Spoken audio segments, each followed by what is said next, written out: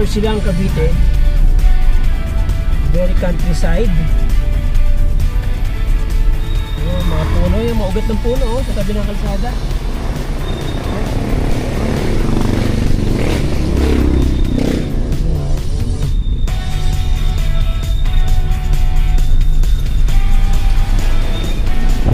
Ilog.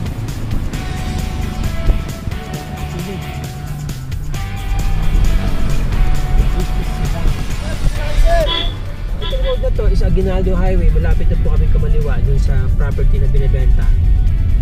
And itong Aguinaldo Highway na to, I think this is a highway, the highway connecting Silang and Tagaytay. Kaya binook po kami ni Sir Mark sa Tagaytay Wings and Residences.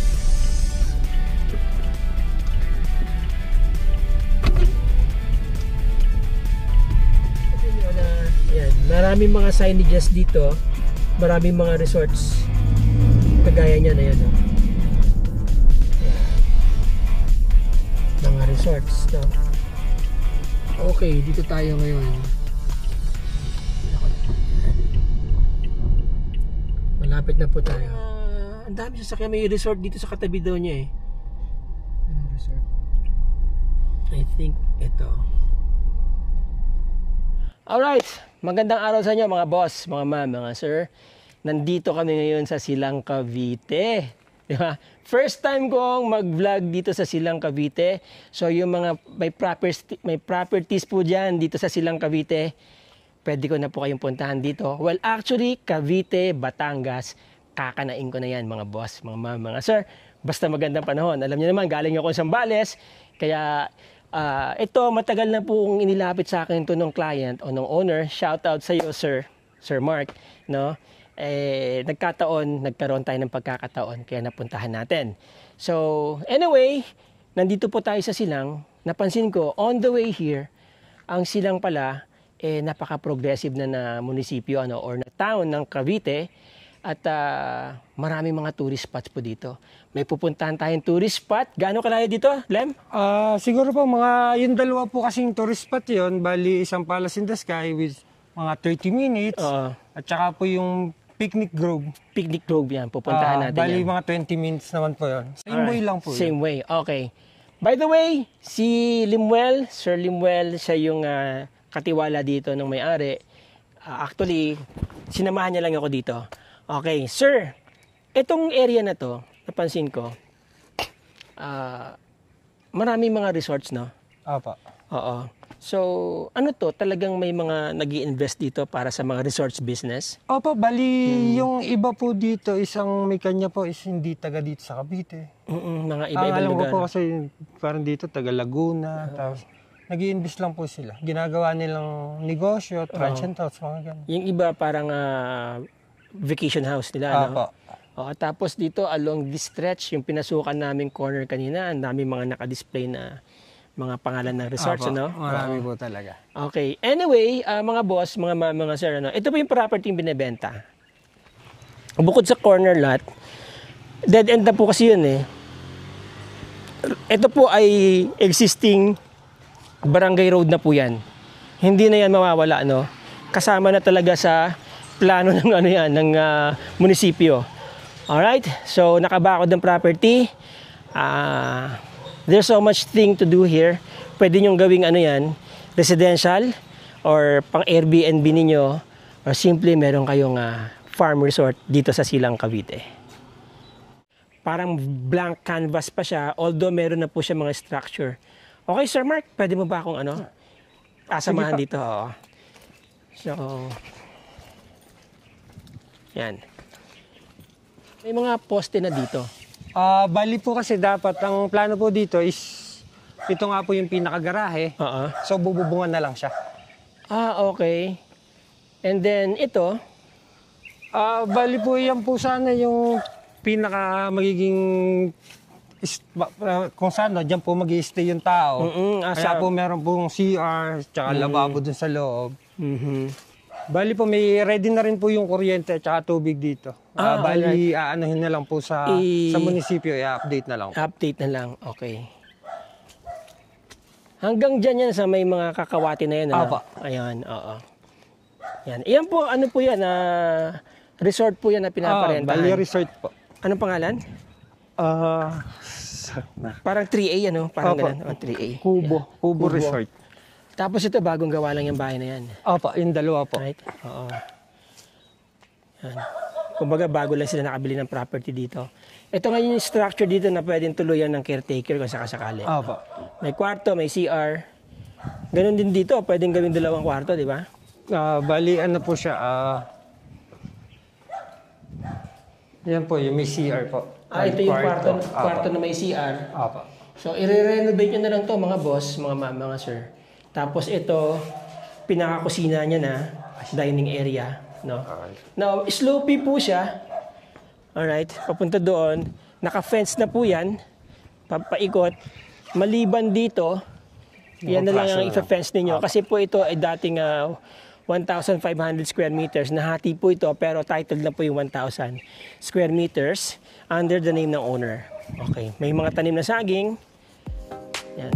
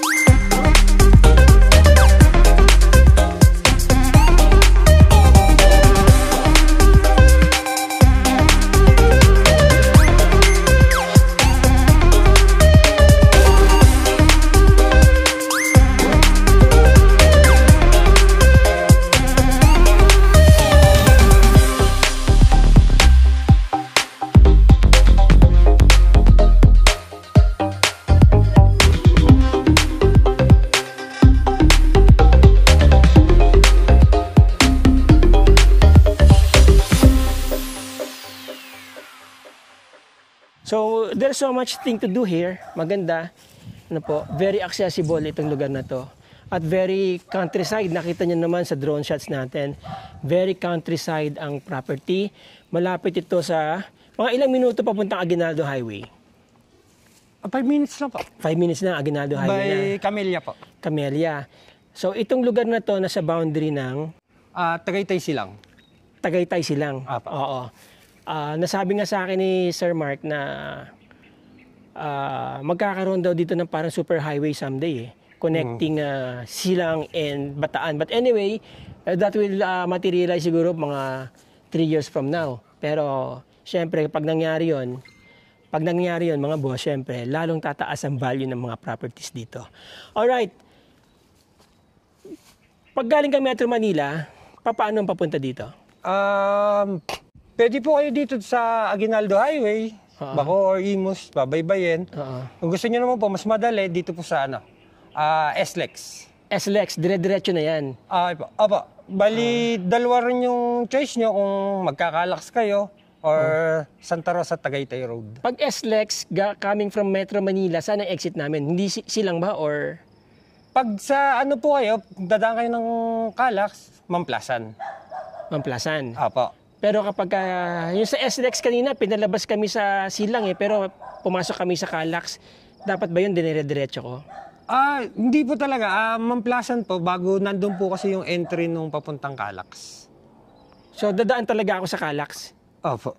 Pero pwedeng dire-diretso yung SLEX? Kung gusto nyo po ng Silang na hindi kayo magkakalax, dito po, Tagaytay Santa Rosa Road po. Tagaytay Santa Rosa ang exit ko? Opo. Coming from Metro Manila? Opo, dito po labas niya sa Tagaytay na. Tagaytay na. Ngayon, kung pabalik na ako ng, let's say, babalik ako ng Manila, didiretso ako ng Zambales, pwede ako mag-SLEX na dito? Apa. Sa may Tagaytay Santa Rosa? Apa. Labas niya po noon, SLEX na mismo, dire-diretso na. Dire-diretso na, hindi na ako magkakalaks. Hindi na po. Okay, so yun. Another option lang po kasi yung Calax po, para mas mabilis yung biyahe. Mas mabilis sa Calax? Opo, pag Pero mas direkta kung SLEX. Kasi konti na lang ang babaybayin mo coming from Santa Rosa, ganun ba? Papunta dito? O mas mahaba? Parehas lang naman po. Parehas lang? Okay. Same lang naman po. Oo. Ang lang po kasi is, pag nag-Tagaytay Santa Rosa ka, pag weekend po, medyo matraffic. Kasi alam niyo naman, marami pupunta ng Tagaytay. Marami nga pupunta ng Tagaytay. Itong dito sa, malapit dito sa area na to, ano mga usually na pinupuntahan ng tao dito? Dito po sa may Tagaytay, mga 15 minutes, Sky Ranch, tapos yung mga resto yan, marami pong resto, mga bulalo. Tapos, dito, itong lugar na to, kumbaga halimbawa, ginawa ko itong rest house ko, mula dito, marami akong pwedeng puntahan. Marami po. Oo. Tapos, syempre, may mga malls na dyan, malapit lang, hospitals, school. Ayala, Sirin, tapos Pora. Oo. Yan po. Okay. Tapos dito naman po, may public market dito. Siguro mga 10 minutes lang. 10 minutes lang. Away lang po. Okay. So, yun mga boss. So, yun. There you go mga boss, mga ma'am, mga sir. Recap tayo ha. Ang property is located in Silang, Cavite, kung saan marami pong mga resorts dito. Hindi siya mga malalaking resorts. Usually maliliit. Mga events place, marami po dito. Tapos, napakalapit niya sa Aguinaldo Highway. So, coming from Metro Manila, may dalawa kang entry point. Santa Rosa, Tagaytay Santa Rosa, at saka dito po sa Calax. Doon kami sa Calax dumaan, coming from Zambales. So, mga 1.5 oras to, mula Metro Manila. Pag gantong oras po. Pero pag yung madaling araw, 45 minutes. 45 minutes pag madaling araw. Coming from Metro Manila, mga boss, mga ma'am, mga sir. So, napakagantang parang gawing getaway itong lugar na to. Alright? So, there you go, mga boss. By the way, ang property po, nasa 1,000 square meters. Titulado po yan. Selling for 8,000 per square meter. Ang presyo sa 1,000, so that would be 8 million. Negotiable po ang may-ari. Mag-usap po kayo kung interesado kayo at ibibigay ko po sa inyo yung contact number niya. Pag-schedule kayo ng viewing dito, kung hindi ko man po kayo masamahan, ito po, si Sir Limuel ang aalalay sa inyo dito. Okay? So, there you go mga boss, mga ma'am, mga sir. Napakagandang property, huwag nyo nang pakawalan to. Dito ito sa Silang, Cavite.